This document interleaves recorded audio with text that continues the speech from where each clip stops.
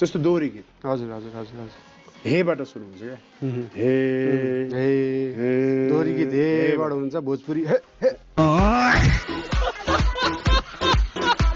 आज म पहिलो पटक तमसोमा ज्योतिर्गमयमा सर्ट मात्रै लाएको छु। यो गर्मीका कारणले पनि हुनसक्छ, धरानका कारणले पनि हुनसक्छ, तर सबभन्दा ठुलो जो मान्छेसँग जसरी जुन भावभङ्गीमा संवाद गर्यो त्यसको संवादको त्यो निष्कर्ष झन् सरसपूर्ण हुन्छ भनेर तपाईँकै जस्तो पोसाक लाग्यो। कोट आज छैन मसँग। ठिक छ, चप्पल चाहिँ लाउनु भएको छैन।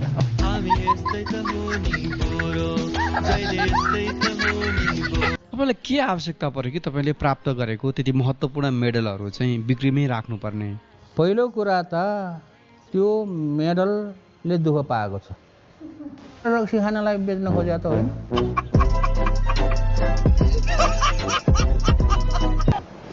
धेरै पार्टीहरूकोमा धाउनुभयो, पार्टीहरूले पत्याएनन्, टिकट दिएनन्, अनि स्वतन्त्र उम्मेदवार बन्नुभयो भन्ने ठ्याक्कै यसलाई चाहिँ उल्टो बनाउनु त। धेरै पार्टीहरू तपाईँकोमा धाउनुभयो अनि तपाईँले मान्नु भएन अनि र पनि स्वतन्त्र उभिनु भएको छ भनेर एकचोटि फेरि भन्नु त कस्तो मिठो सुनिन्छ।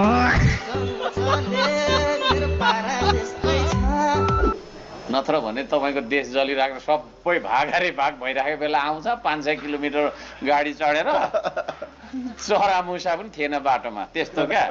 सबै आर्मी नै आर्मी है, तर खोइ के काम गरियो अनुहार देख्ने बित्तिकै छोडिदिइहाल्ने क्या।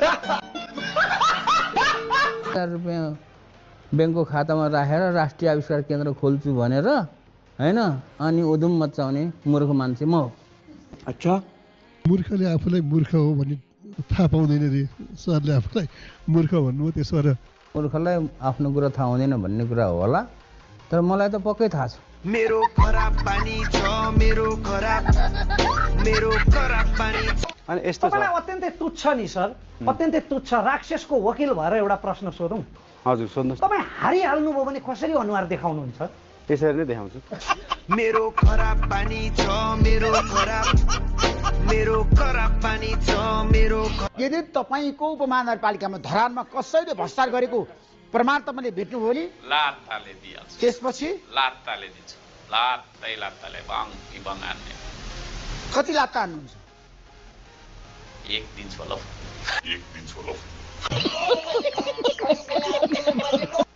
र सरकारबाट यो पैसा आउने छाँट देखिएन, किनभने सरकारले ढुकुटीमा पैसै छैन भन्छ। अब ढुकुटीमा नभएको पैसा के चोरेर ल्यायो भन्नु त भएन सरकारलाई। उम्मेदवार होइन, एकछिन लागि सुन्नु, तपाईँ उम्मेदवार होइन, तपाईँ मतदाता हो र एउटा शिक्षित मतदाताको आधारमा तपाईँले चाहिँ अहिले चाहिँ मैदानमा उठ्नुभएका 2 जना उम्मेदवारमध्ये 1 जना छान्नु पर्यो भने कुन छान्नुहुन्छ? केशव स्थापित कि सृजना सिंह? म भोटै हाल्दिनँ।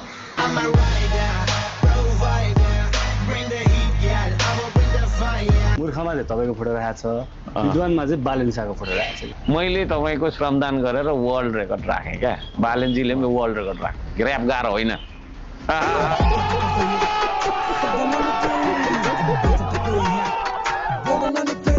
पैसा हुँदाहुँदै पनि, बुद्धि हुँदाहुँदै पनि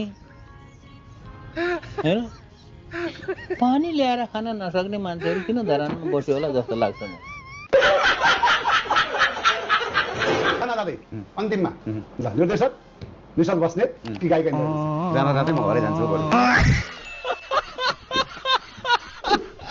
र दम छ भने म भन्छु होइन, एक्लै चुनाव लडौँ न है। हर्क साम्पाङलाई 15 जना मिलेर पछारेर के गर्ने? सिङ्गल त छुनै नसक्ने रहेछ त।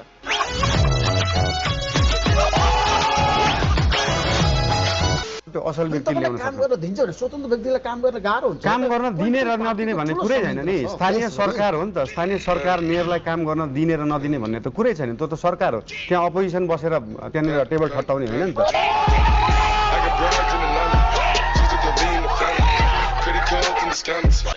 होइन, घुस खाने छन्, घुस माग्ने छन्, म त लात्ताले दिइहाल्छु।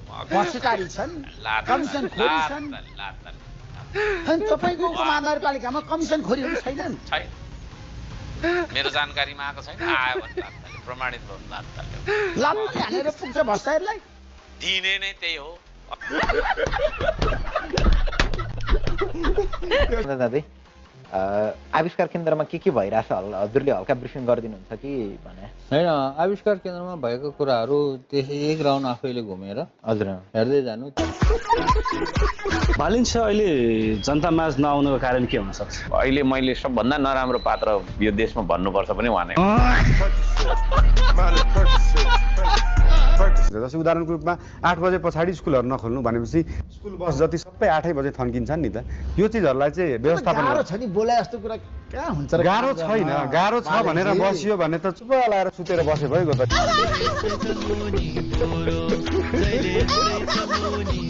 त्यो अस्ति त्यो ताप्लेजुङमा दिएको एउटा वृद्ध दम्पति बुढाबुढी आएर दिएको हो, मैले चाहिँदैन भन्दाखेरि पनि होइन यो लिनुहोस् कि लिनुहोस् भने छोड्दै छोडेन त हो कि अनि झोलामा हालेर लिएर आएको।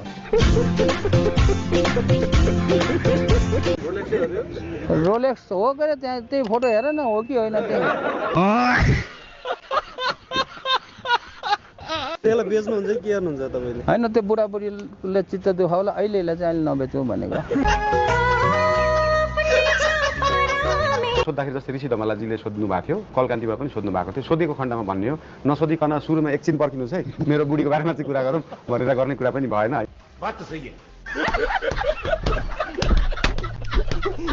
त्यो भएर होला त्यस्तो भयो। महिला फ्यान घट्ने भन्दा त होइन होइन त्यस्तो महिला फ्यान गायकहरूको त एकदमै महिला फ्यानहरू ज्यादा हुन्छ नि। जस्तै हजुरको त छोराछोरी नै हुनुहुन्छ, हजुरको महिला फ्यान कति धेरै हुनुहुन्छ, त्यो हिसाबले तपाईँ केही फरक परेको छ छैन नि? गजब बेइज्जती त्यसको धरातल यथार्थ तपाईँले बुझ्नु भएको छ। तपाईँ आज यो माटोलाई छोएर माटोको कसम खाएर भन्नुहोस्, राष्ट्रिय स्वतन्त्र पार्टीले बहुमत ल्याउँछ ल्याउँदैन? यस्तो छ, मैले माटो छोइराख्नु पर्दैन, म आफै माटो हो। उम्मेदवारी दिएको भए राम्रो हुन्थ्यो नि त। पार्टी सिस्टमले लोकल इलेक्सनमा काम गर्न सक्दैन। जस्तै अब त्यो हाम्रो देशमा त अहिले पार्टी सिस्टमले काम गरिरहेछ। त्यही कुरा तोड्न खोज्दैछ। जस्तै उम्मेदवारी दिइसकेपछि तपाईँको चुनाव जित्न धेरै गाह्रो छ। गाह्रो छ, असम्भव छैन नि त। हुन त यसमा नस्लीय सोच हाबी भयो भन्ला नि के भन्ला नि, अलिक त्यहाँ चाहिँ जातिवादी जस्तो देखियो भन्ने खालका कुराहरू आयो। त्यो छैन हजुर, बिल्कुलै छैन। को आउनु पर्ने आउँदा हुन्छ, वेलकम छ त, ढोका खुल्लै छ, ढोकै छैन हाम्रो त अझै।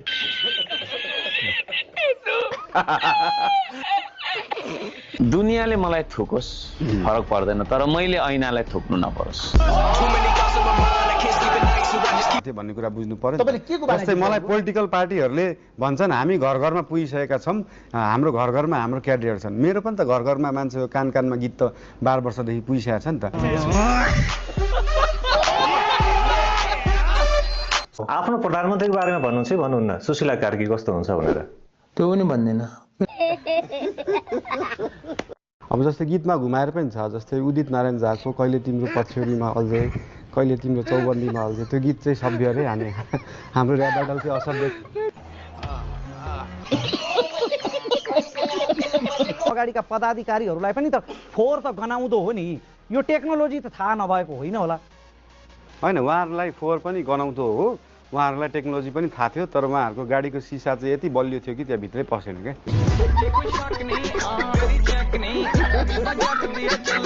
जस्तो ठिकै छ नि, यो चाहिँ ठिक छ, त्यो चाहिँ ठिक छ, यो ठिक छ। युजली प्राय चाहिँ कस्तो हुन्छ भन्दाखेरि जस्तो ऱ्याप म पनि गर्छु। हजुर हजुर होइन हजुर, एकदमै म जस्तो ऱ्याप चाहिँ गरेर आउँछु क्या। जस्तो केही चक्लेटको पेपर ऱ्याप कि के कस्तो। In a mood for another केही तपाईँले 2 चोटि गराइसक्नु भयो, अब म गर्दिनँ। अब तपाईँको सुन्छु म एकचोटि। मेरो सुन्नुहुन्छ? हजुर। ओके। यो यो यो सही हो, सही, दामी। यो यो कसलाई सम्झेर लेख्नु भएको? हजुर, भाषण मात्रै गरेर हुँदैन क्या, भाषण त जसले पनि गर्छ नि होइन। ए रत्न पार्कतिर चाहिँ रुखमाथि चढेर पनि गर्दैन मान्छेले। Are you comedy me? Dharahara भनेको सेतो टावर। सेतो टावर धरहरा होइन, तपाईँ धरहराको रूपमा यसलाई मान्यता दिन तयार हुनुहुन्न। म मात्रै होइन, यहाँ काठमाडौँवासी कोही पनि तयार हुनुहुन्न।